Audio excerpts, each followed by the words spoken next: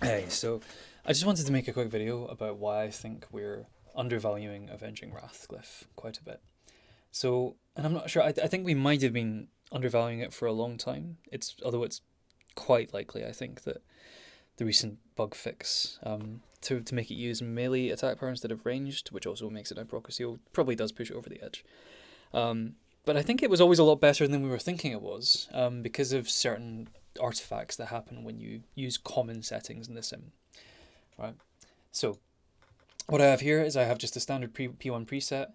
This is not strict bis. You can eke out a little more DPS here and there, but this is not, any changes you make to this set are not going to significantly impact priorities or on the abilities or on the glyphs, right? This is fine. What we have here is we have a 90-second fight, so this is relatively representative of Naxx. We have a plus or minus 10 variance on the fight, which means that the fight length will be uniformly distributed between 80 and 100 seconds. That's largely to ameliorate effects where you just have particularly bad sequences of casts generated by the sim for those settings in that fight time.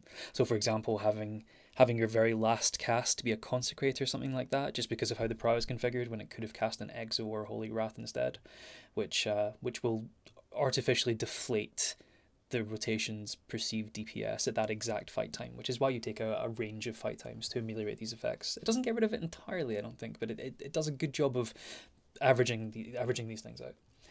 In accordance with that, we use a priority that is pretty standard and pretty universally good in single target scenarios.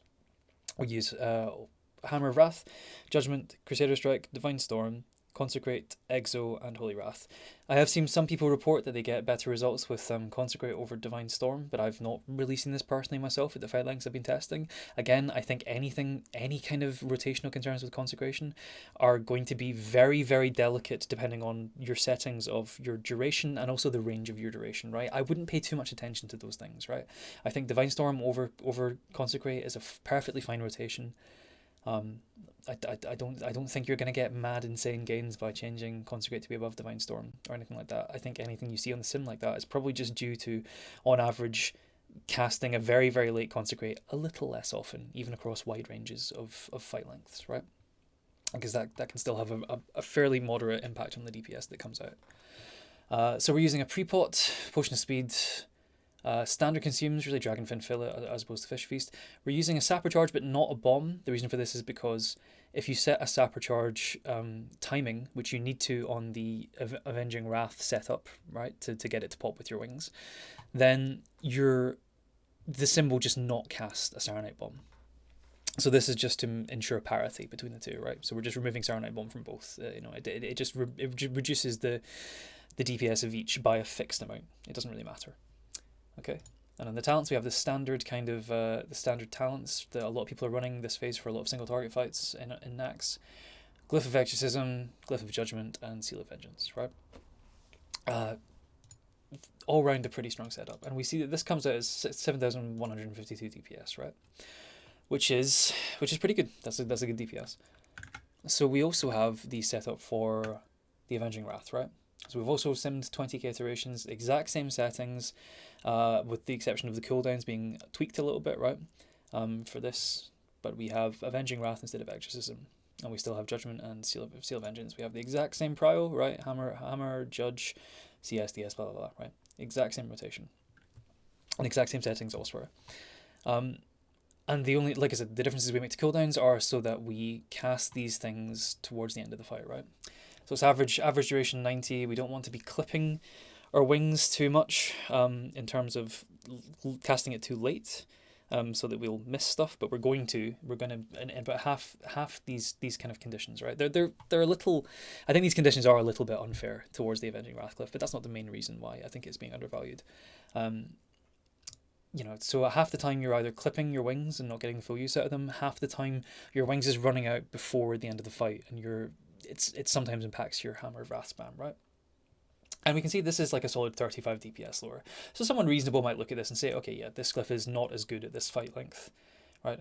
And just kind of leave it there. But if you go into the cast timelines here, right, and you check these timelines, right, you can kind of see that, okay, this is not particularly what I'm looking for, but this just shows you an example of where Avenging Wrath is being cast early, right, and you're denying yourself a Hammer of Wrath cast.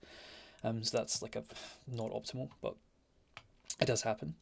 Another one that's pretty good. We sim another iteration. There we go. Okay, so it didn't. Yeah, so this is fairly common given the fight conditions. So this is, you can put some of the other stuff down to, okay, it's reasonable to sim people making mistakes on their time to kill and things like that, but this is not that. This is just the sim low rolling a time on the time to on the fight time, and it's being so it's, you know, you're going into execute phase before the Avenging Wrath is scheduled to go off, right? And so the Hammer of Wrath gets cast first. It's not boosted by wings for first, and it's also being put on the 6-second cooldown, which denies you, which denies you a solid Hammer of Wrath on this fight, right? And that's not just like, that's not just not having perfect knowledge of time to kill. That's just not how you would play the fight, right? Any rational player would pop the Avenging Wrath before this, right? Probably long before. Like if the fight's going this quickly, you can probably tell fairly well when you should be when you have 20 seconds left at the end of the fight. I think most players can probably do that fairly well. And this is quite common, right? So it's just, we have another one pop up here. So the threshold for this effect to be possible, I believe, is if any fight gets rolled at a time below, I think it's, yeah, so if you roll a fight time of, what's the bloody number again? It's 86, or is it 87 seconds or something like that? Yeah, 87 seconds is the threshold. So if any fight rolls 87 seconds or lower, you're going to run into a situation where you enter execute before the Hammer of Wrath goes off. And this applies at, the shorter fight durations, right? Where the variance is significant enough to mean that you will enter the execute before you kind of intend to, right? So this effectively means the Hammer of Wrath isn't being given a fair shake. Now the threshold for this to never happen, right? When you would have to pop wings and all your cooldowns here to make sure this never ever happens. Oh yeah, so we ran a single iteration, so we'll just restore the default there while we're setting in our new cooldowns. But 64 seconds is the threshold for us to never, with the fight variance that we have scheduled here, run into a situation where Hammer of Wrath can be cast before Avenging Wrath, right? This does mean that we're being a little more conservative with our Avenging Wrath cast. We're casting it earlier in the fight on average. And that means that we're going to be running into more situations where we're dropping Avenging Wrath and costing ourselves casts of Hammer of Wrath at the end of the fight in situations where we really shouldn't have to, right? But you can see here, this was 7,114 here. This exo setup before that we had was 7,152, and then with a little bit of a better setup here, you see that this becomes much more competitive, right? We'll let this run more fully, but it seems to be around 20-ish DPS better, right? With this setup. And like I said, this is a very conservative setup. If we actually go in and look at the cast timelines when this is finished, you'll see it's very, very common with this setup to cast Avenging Wrath, and you're only getting a couple extra casts, right? You could really eke out 6 Hammer of Wraths on this fight really easily, right? But you're only getting 5 here because Hammer of Wrath is timing out. If you time that better, you could probably have gotten another 2 there, right? And this is super common with these sim settings, right? Like at the cost of never having Hammer of Wrath come before Avenging Wrath, you're clipping the end of these casts really badly, and you're costing yourself casts. But what it does do is it guarantees that you're never going to cast one unboosted and then set it on the long cooldown when you go into execution phase, right? That was what was really nerfing the DPS before. With these more conservative settings, you're consistently getting a better DPS than you would with Exo, right? Even when you're being super, super conservative and really failing to judge the execute time on the fight, right?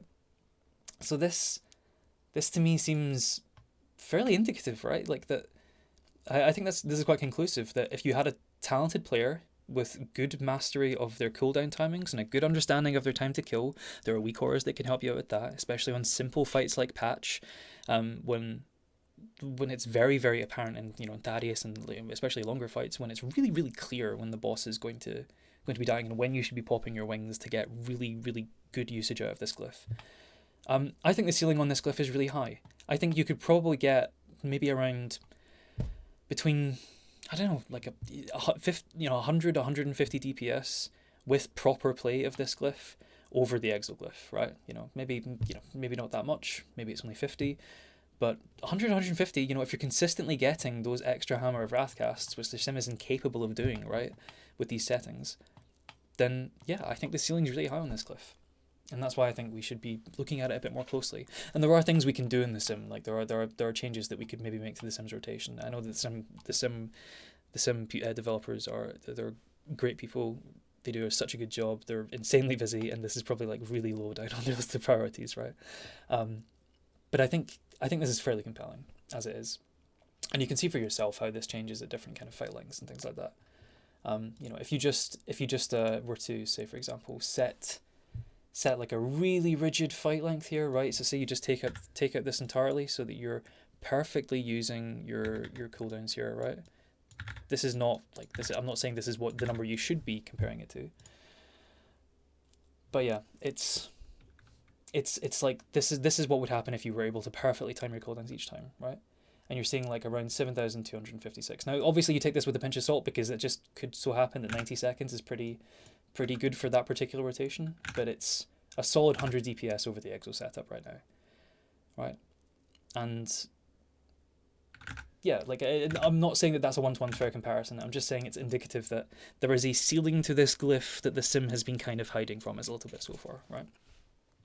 And I think it's probably worth trying out. I'm definitely going to be trying it in Raid. I know a few people that have tried it out and said it felt good. Obviously, feels are not data, but yeah, by all means, try it out and see if you do well. Especially if you're a good player in a good guild who has very steady time to kills, and steady damage profiles in your raid, so that you can have an easier job of gauging when you should be casting these cooldowns for your execute, so that you don't clip your Avenging Wrath and cost yourself uptime on it by, say, casting it 10 seconds before the end of the fight and missing 10 seconds of boosts, which is going to tank your DPS. You do not want to do that, like this sim result kind of shows, right, with the ±10.